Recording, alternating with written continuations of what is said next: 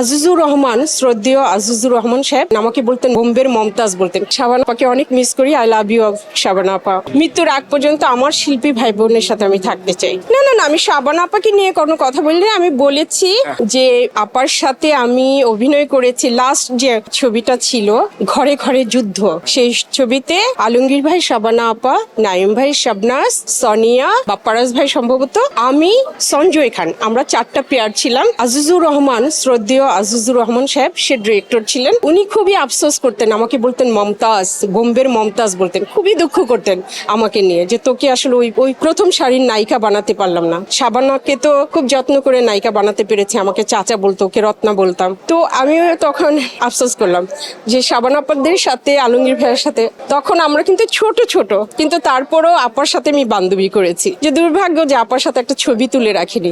হুট করে আপা এইভাবে ফাঁকি দিয়ে চলে যাবে, এটা বুঝতে পারিনি। তবে আপার প্রতি অনেক শ্রদ্ধা, অনেক ভালোবাসা। তবে আপা, আপনাকে অনেক মিস করি।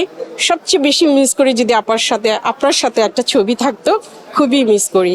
সালমান ভাইয়ের সাথেও আমার ওইভাবে ছবি নেই। একটা ছবির স্টিল পাঠিয়েছিল ড্রেসের কন্টিনিউটির জন্য, সেই ছবিটা আছে। সেই ছবিটা মাঝে মাঝে ফেসবুকে দেওয়া হয়, কিন্তু জানি না মানে ভাইয়া এইভাবে চলে যাবে, শাবানা আপা হুট করে বিদেশে চলে যাবে, এটাই।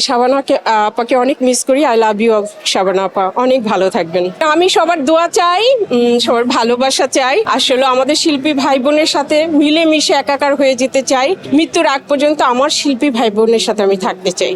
হাসি খুশি, দুঃখ কষ্ট নিয়ে তাদের সাথেই শেষ জীবনটা কাটাতে চাই, বাঁচতে চাই। সবাই দোয়া করবেন।